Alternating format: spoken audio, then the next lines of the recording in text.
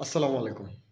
বর্তমানে জানুয়ারি মাস চলছে। অনেকেই অনেকের আদরের সন্তানকে বিভিন্ন প্রতিষ্ঠানে ভর্তি করানোর চিন্তা করছেন বা অনেকেই ভর্তি করিয়েছেন। আমার দিক থেকে একটা পরামর্শ হচ্ছে একটা শিশুর ১ম জীবনের এই শুরুটা খুব গুরুত্বপূর্ণ।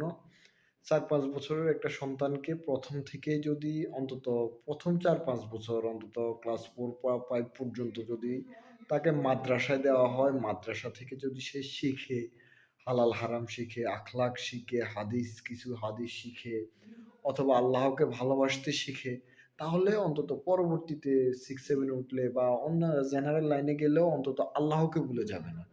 তাই অন্তত আমার দিক থেকে একটা পরামর্শ এই সময়টা অন্তত আপনার সন্তানকে বা আপনার ভাইকে, ছোট বোনকে ১ম ৪-৫ বছর আমাদের একটা মাদ্রাসা প্রতিষ্ঠানে দেন। একটা ভালো প্রতিষ্ঠানে দেন, মাদ্রাসায় দেন।